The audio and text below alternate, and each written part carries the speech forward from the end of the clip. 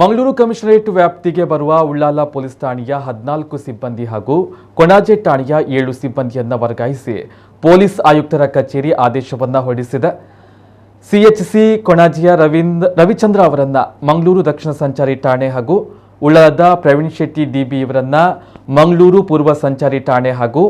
CPC ಕೊಣಾಜೆಯ Anil Kumar ಅವರನ್ನ ದಕ್ಷಿಣ ಸಂಚಾರಿ ಠಾಣೆ, ಉಳ್ಳಾಲದ ಅಕ್ಬರ್ ಯದ್ರಾಮಿ ಅವರನ್ನ ಮಂಗಳೂರು ದಕ್ಷಿಣ ಪೊಲೀಸ್ ಠಾಣೆ,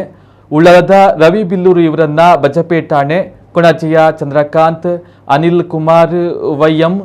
ಬಜಪೆ ಠಾಣೆ, ಉಳ್ಳಾಲದ ಮಾಣಿಕ್ ಪಣಂಬೂರು ಠಾಣೆಗೆ,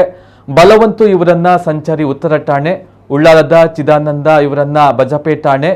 ಪ್ರವೀಣ್ ಸಲಟೋಗಿ ಇವರನ್ನು ಮಂಗಳೂರು ಸಂಚಾರಿ ಠಾಣೆ ಪೂರ್ವ, ಸುರೇಶ್ ನಗರಲ್ ಉಳ್ಳಾಲದಿಂದ ಬಜಪೆಗೆ,